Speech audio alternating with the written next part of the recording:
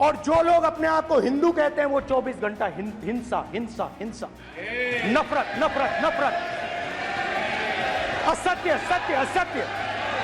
कि अगर हिंदू का लेके नहीं सपोर्ट करेंगे, खुलेआम कुछ बोलेंगे नहीं मोदी जी की तरह, तो फिर वो आगे सत्ता में नहीं आ सकते। राहुल गांधी जो था उसकी पार्टी ने तो 24 वकील खड़े किए थे ना, 24 वकील उसकी पार्टी से तो खड़े हुए थे राम मंदिर के विरोध में।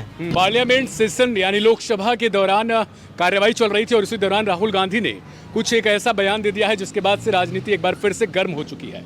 लोकसभा में अपने स्पीच के दौरान एज एलओपी के दौरान राहुल गांधी ने हिंदुइज्म को लेकर एक बयान दिया है और उस बयान में उन्होंने पहले कहा कि लोग हिंदू हिंदू करते हैं और हिंदू हिंसा फैलाते हैं, जिसके बाद जब बीजेपी ने इस पर काउंटर किया तो उसके बाद उन्होंने कहा कि क्या बीजेपी और आरएसएस ने हिंदुइज्म का ठेका ले रखा है और क्या बीजेपी और आरएसएस वाले ही हिंदू हैं।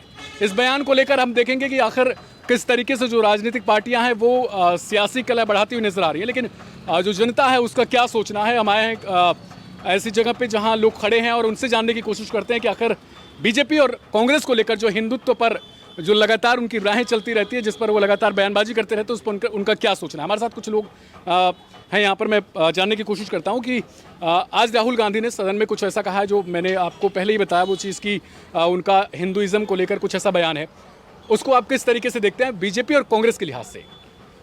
ऐसे देखिए, कांग्रेस जो है ना शुरू से ही सपोर्ट करता है पुराना का। बीजेपी में इसका कभी भी बीजेपी ने हिंदुत्व को बढ़ावा दिया है, ठीक है, सही बात है। हिंदुज़्म हमारा आगे बढ़ रहा है, बीजेपी हर चीज़ों में सपोर्ट करे हिंदुज़्म के लिए। कांग्रेस जो है वो अपना सेल्फ डिपेंडेंट उनका बयान है, बट ऐसे बयान टिप्पणी नहीं करना चाहिए क्योंकि जो हमारा देश है, ठीक है, इसमें सब लोग मिलजुल के रहते हैं, ठीक है, तो यहाँ पे सारे लोगों को मिलजुल के रहने का अधिकार है। आप किसी भी पर्सनल कास्ट को लेकर, पर्सनल किसी भी रिलीजियस को लेकर आप टिप्पणी नहीं कर सकते हैं। खास किसी पर्सनल रिलीजन को लेकर आप टिप्पणी नहीं कर सकते। हमारे साथ कुछ और लोग हैं।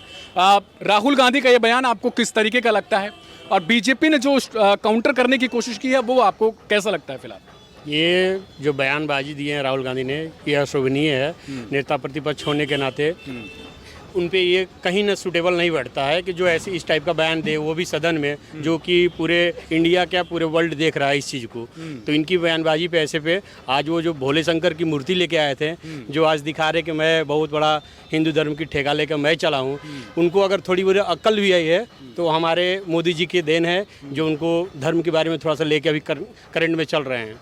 लेकिन उन्होंने तो कहा कि मैं बीजेपी और आरएसएस वालों को बोल रहा हूँ कि क्या वही हिंदुत्व का ठेका ले रखे हैं? ऐसा कुछ नहीं, बीजेपी ऐसा कभी कहा ही नहीं कि बीजेपी हिंदू का ठेका आरएसएस और बीजेपी वाले ही ले रखे हैं। हिंदू का मतलब ही है कि पूरे ओवरऑल ही है, सनातन धर्म है, ये हिंदुस्तान है, तो इसमें हिंदू का वर्चस्व रहेगा ही।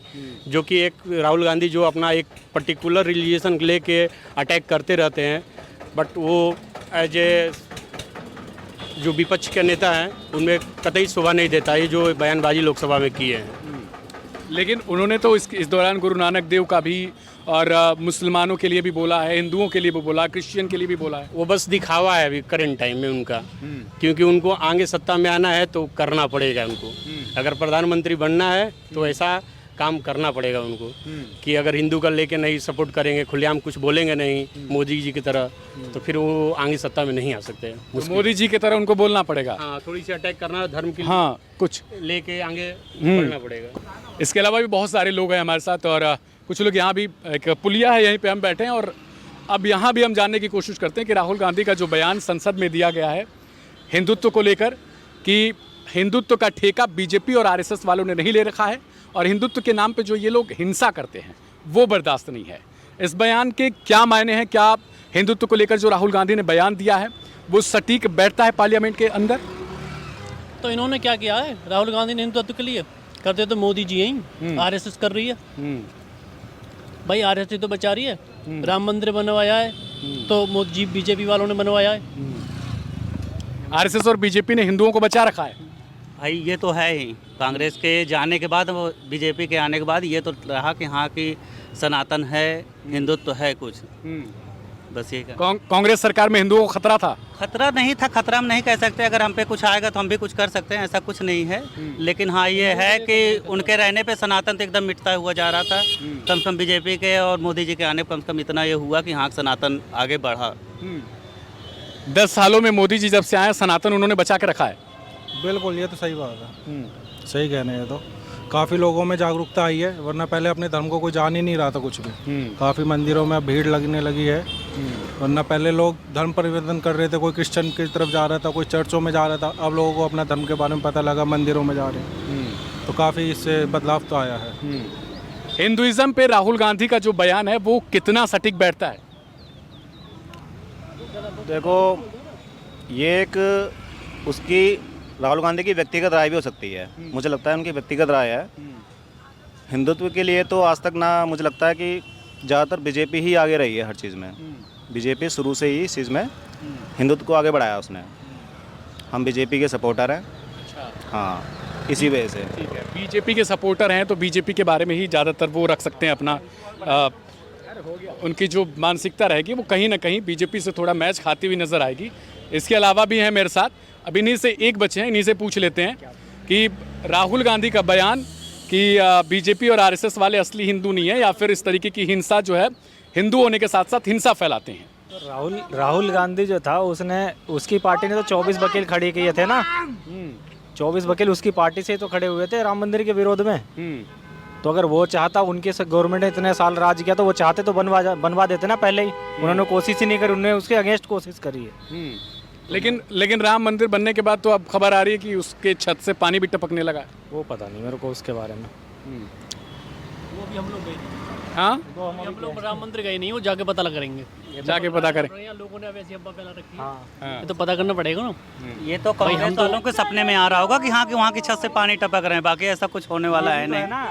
पहले तो वो खाली पर्दे में थे ना, अभी तो कम से कम उसके अंदर है। तब तो पर्दे में तो कोई देखता ही नहीं था कि भाई पर्दा है, भगवान जी के नीचे नहीं। तो अभी तो कम से कम पर्दा नहीं, कम से कम लिंटर तो है। पानी हो सकता है कहीं हो गया वो लीकेज, वो उसके बारे में पता नहीं है मेरे को। ऐसा नहीं है कि बीजेपी ने जो हिंदुत्व और जो भगवान को लेकर राजनीति शुरू की थी उसके कारण राहुल को आना पड़ गया फिर से वहीं पे। तो ये तो पहले से भी थी, राजनीति कोई नई थोड़ी हो रही है। ये तो पहले भी थी। उधर पुलिस वाले हैं, उधर जाओ। लेकिन ये एक चीज़ मैं आखिरी सवाल आपसे पूछना चाहता हूँ कि राहुल गांधी और कांग्रेस का लेके जो एक तरीके का राजनीति रही है उनकी, और उन्होंने जो बयान दिया है फिलहाल लेके कि बीजेपी और आरएसएस, तो लगता है आपको कि बीजेपी और आरएसएस वालों ने ही हिंदुत्व को बचा रखा है? ऐसा कुछ नहीं, हिंदुत्व तो पहले भी खतरे में नहीं था ना आज है। वो तो ये है कि वो लोग एक फ्रंट पर आ रहे हैं तो उनका नाम लिया जा रहा है। बाकी हिंदुत्व तो अपने आप में ही खुद एक मजबूत है, तो उसको ना वो कभी कोई मिटा पाया ना कोई मिटा पाएगा। ठीक है, बिल्कुल, हिंदुत्व अपने आप में खुद मजबूत है और ना कोई उससे मिटा पाया है ना कोई मिटा पाएगा। ये जनता का सोचना है। लेकिन फिलहाल जो गहमा गहमी है इस बयान को लेकर, अब इस पर कल प्रधानमंत्री नरेंद्र मोदी अपना बयान रखेंगे। हालांकि उनका बयान शुरू में आ रहा था कि 3 जुलाई को होने वाला है, लेकिन अब कल ही होगा। अब क्या कुछ उसमें होता है, कौन से काउंटर स्ट्राइक उनके द्वारा किए जाते हैं, क्योंकि राहुल गांधी ने केवल हिंदुत्व को लेकर ही बयान नहीं दिया, इसके अलावा उन्होंने अग्निवीर किसान आंदोलन को लेकर भी बयान दिया है। जाहिर सी बात है अब इस पर सत्ता पक्ष को जवाब देना पड़ेगा, और जवाब में क्या कुछ दिया जाता है, इस खबर के लिए आपको वन इंडिया हिंदी के साथ बना रहना पड़ेगा। फिलहाल मैं था दिव्यांशु और मेरे साथ मेरे पीछे कैमरामैन सहयोगी हर्ष थे। दीजिए मुझे इजाज़त, नमस्कार।